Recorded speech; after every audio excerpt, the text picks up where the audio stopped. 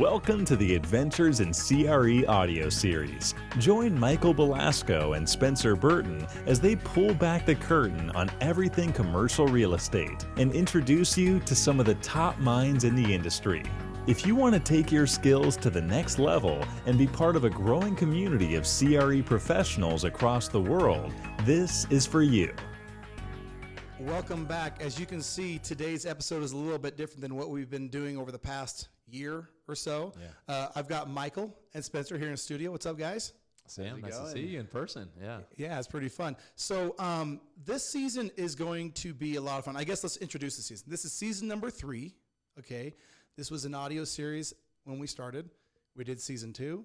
This is season 3. In the middle, we threw in a little bit of a podcast. Would you call it a podcast, what we are now? Or what would you say we are today, I guess? Well, we're still an audio series, right? The purpose is to create these seasons as we have time. I mean, ultimately, we're industry professionals. That's what we do in our day job. And so we don't have necessarily the bandwidth to do a podcast, a regular podcast. But, right.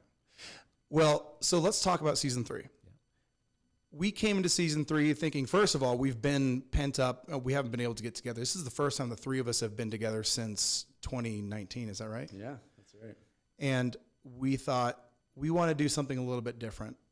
And that is maybe make a theme that carries throughout this entire season. Okay? And spend a little bit more time to develop the nuances of what it takes to both make deals and get deals done. Is that a safe way of architecting the season, or how would you explain it? Let's turn over to you, Spencer, to kind of lay out what the season looks like, and then we'll talk about in this season why we're doing it, because I think your guys' background and where you're at today makes season 3 probably the most exciting and fun season that we're going to do. So before we get into it, deal making, deal doing. Let's see what you got, Spencer. Yeah, so maybe set it up a little bit. While we were in the pandemic, we were doing supplementary episodes, let's call them. Right. We couldn't get together, and we did these remote things. And in one of those episodes, I don't remember which, this concept of real estate deal making and deal doing came up. And it's really not a naming convention that's common within the industry. Yeah, sure. This is the term that just kind of popped up organically. But the general concept goes that there is a process in the industry, and there really is a separation of professionals between those who are just great at deal making and those who are great at deal doing. And the skill sets that make for a great deal maker, Michael very much has, and he's going to share some of his experiences. We're going to share some war stories, and I say war stories, case studies from our own careers and experiences. And then on the deal making side, which is more where I've lived in my career, we're going to talk what it means to make deals happen, to make strategies happen, to put the capital in place to make that a reality. So, Michael, from your perspective, again, we were talking, I think collectively, the three of us, we really knew that we wanted this season to be a lot of fun. I mean, I think season 1, we brought in a lot of phone calls and interviews and things like that. And this season really is going to highlight the two of you, but not just for any reason. I think what makes Adventures in CRE and all of the stuff that we do so intriguing is the fact that you guys are in it, putting your fingers into deals and actually getting them done. And I that episode you're talking about, we were talking about deal making and deal doing, that came up, and you were saying, I don't necessarily know some of the nuances of what, I think I'd asked a question or something, and you didn't know, and you're like, well, that's really a deal doing thing. What Michael is like, an expert on, he really knows that. And so I think it would be interesting maybe from you, Michael, to just get an idea, like an overview of what kind of things when you, in your scope of getting deals done, I mean, there's a lot of, that detail-oriented work, everything else, solving problems, everything. Give us an overview of some of the ideas and concepts and situations that you're finding and what we hope to get to in this particular season. Yeah, so a lot of, when we talk about making and doing, a lot of the making happens, and then the doing is a lot of it's understanding the actual risk. Like, there's assumptions that are made right to making sure that this deal actually is true. And when you're doing the doing, there's a verification of that. Once that's been done, then there's a move into the stabilized phase, which is really the management of these properties and how that all works, to eventually to the sale. So all of these pieces come in, like the maker side creates the dream, and then the doing side brings in the reality. So, when it goes from making, it comes into the due diligence world, for example. Is it kind of like he gets to look at the world through rosy colored glasses and you get to look at the like you get a taste of reality? It's so funny because what is that symphony, or there's that theme song. So we have this thing in our company. I've been dubbed Dr. Death at times because the dreamers come in, and then we get through the reality. You're doing due diligence and you uncover things, and there's processes by what you do. It's methodical. A lot of times people go through and approaches like this big mess, and really there's ways to process that make it very smooth, and you uncover these risks, and then you have to go back to the team that was all excited and give them the news. Hopefully it doesn't happen much, but in that context, what happens is the makers get smarter. They learn through that. And then when they're out creating the dream, they say, oh, well, there's a lesson learned from this. Why don't we check that? So there's a lot of connectivity. And now we've decided to use this splitting convention. It's not entirely 100. Nothing is 100% like true in that vernacular, so to speak. But, we'll talk a little bit about due diligence, about transitions, managing, a little bit about queuing up for selling. So we'll go through a little bit of each of that. And a lot of this series is really, we bring in people, we talk about a lot of ideas, we do a lot of stuff about careers, how to grow.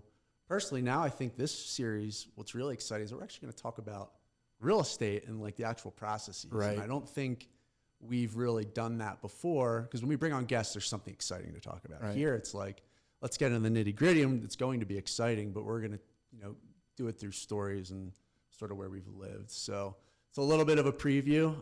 There's a lot to discuss within there, and we'll. Yeah, the only thing I'll add is on the doing side, Michael spent a fair portion of his career in the development world. I've spent a good amount of time in the development world, and that's very much a doing process, right? I mean, there's makers up front, but ultimately someone's got to get the entitlements, someone needs to line up the plans and put the schedule in place, and that's very much a doer, and Michael's just superb at that. So we're going to share some stories from our collective careers that we hope will be interesting on the doing side. Michael, you said something. And when you were sharing that there's almost an overlap between what the two of you collectively do, right? Because it's a collective effort at the end of the day. There's a baton passing. Like currently how we work together, there is a baton passing, and we're always touching base. Right.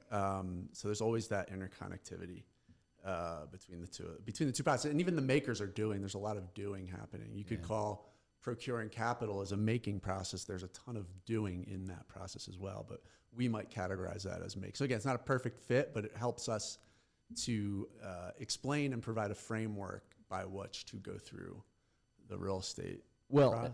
And I think for the younger professionals, they're trying to discover where within real estate they fit. Mm-hmm. Having this framework of maker versus doer is valuable, because everyone has a different personality, what drives them, what they're good at, and understanding what a doer does, what a maker does, what the skill sets of each are what skills are valuable for each of those buckets. Mm-hmm. It will be helpful for those young professionals to guide their career decision. Yeah. I when I hear you guys talk about this, it reminds me of, the best metaphor is almost, we used to know a guy that used to say, read off the same sheet of music, and that's coming from the person who said it was super goofy, but the whole idea of when you're doing a deal, when you're collaborating as a team, you really it's a dance, okay? You should find a beat, you should find a rhythm, and you should find how you work and move together. Because before that, whenever you're starting something new, or whenever you maybe bring a deal together that you're not as seasoned on, you don't have the experience level on whatever the property type is, you're going in with some unknowns. And so that's going to create some friction. It's going to get you off beat, per se. Mm. And, I think one of the really interesting things that I hope, and again, I get to listen to your guys' stories of, deals that you're working on, things that happen like that. And it's funny because you'll go through a deal, and then the next deal, it's almost like you're starting to hear a different tune, right? To stay within that same metaphor. Yeah. Go ahead. Yeah, no, there's one piece. I love that you said that. It's like everybody's reading off the same sheet of music.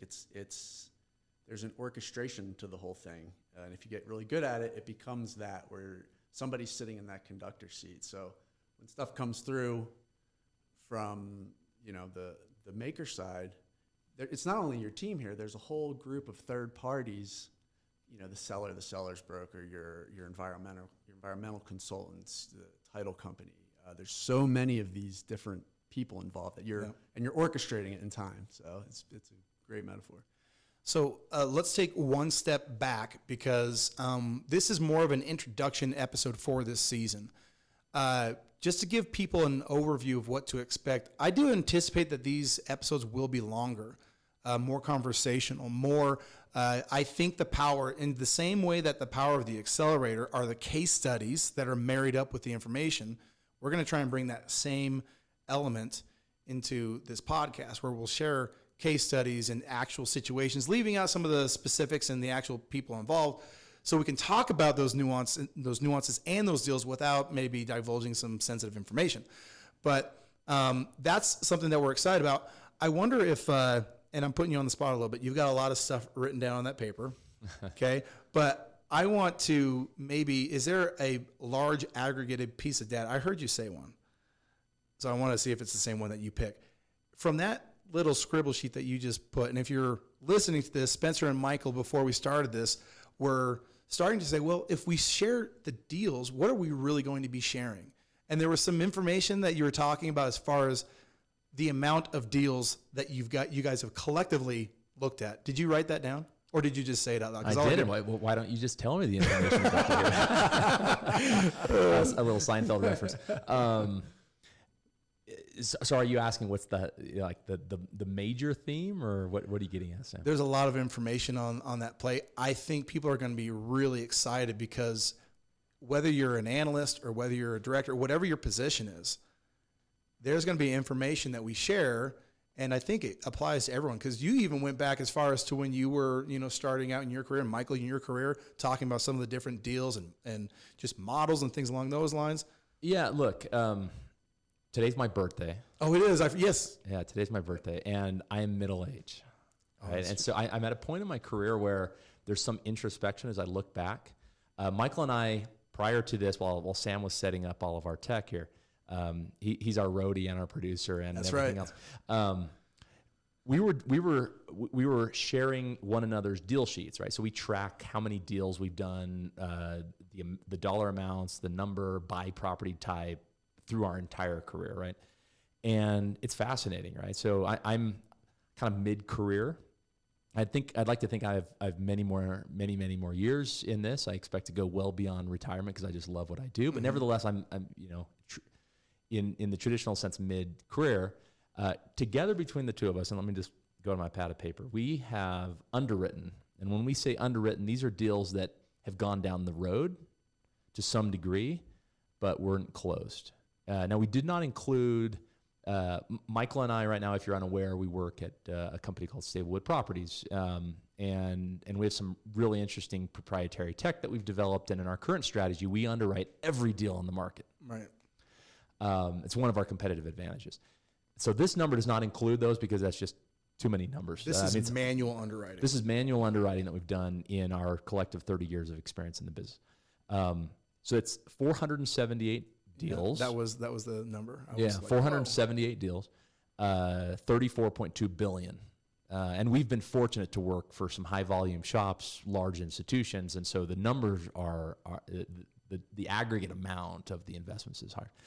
Of those, 115 closed, 8.1 billion. And the reason I bring those numbers up is that, first, it's this introspection. I'm at the point in my career where there's some really interesting things that I've done over the last 20 years in my case, 10 years in Michael's case. And there's some lessons learned that we want to share today and over this season. So to what I think where you're going, Sam, with your point is whether you're an analyst or you're more senior at your firm, there's things that we've learned from this, experience to date, and we hope to have many more experiences that we hope will add value to your career. Yeah. Michael, anything you want to add to that, buddy? No, not much. Lots of deals done. Yeah, lots of deals done. Lots of stories to tell, and the main thing is with everything that we do here is to hopefully add a lot of value to. And variety of deals too, because you were talking about variety of deals. I mean, Yeah. some of the, huge buildings you were working on, and just different things. Yeah. So and like Spencer said, on the development side, we'll touch into that stuff as well. So it's not just acquisitions, getting things through to management. There's development stories. And I think most of our stories will be deals that did not work out, right? Those are the ones where you learn the most. They're painful, but you learn what not to do. Right. And hopefully we'll share these stories and people will then take that and not make the same mistakes that we've made. It'll be interesting to do this 10 years from now. And then we'll talk about the additional mistakes. But yeah, I'm excited to share all these stories, and I'll probably learn a ton from Spencer telling his stories And too. likewise, So yeah. It'll be good. Well, we're excited to get season 3. Just to be here with these guys here today and to produce some more content for you, our listeners and our viewers. We're excited to get on with season 3. And so we will see you on the next episode. Stay tuned, subscribe, and thanks for listening. Thanks for tuning into this episode of the Adventures in CRE Audio Series. For show notes and additional resources, head over to www.adventuresincre.com/audio series. Would you like to learn real estate financial modeling in a matter of weeks and do it with zero guesswork? If so, the A.CRE Accelerator is for you. The Accelerator is a step-by-step, case-based program designed to teach you exactly what you need to know and in the order you need to know it, so you can gain both the knowledge and experience to take your career to the next level. To see if the Accelerator is right for you, go to www.adventuresincre.com/accelerator.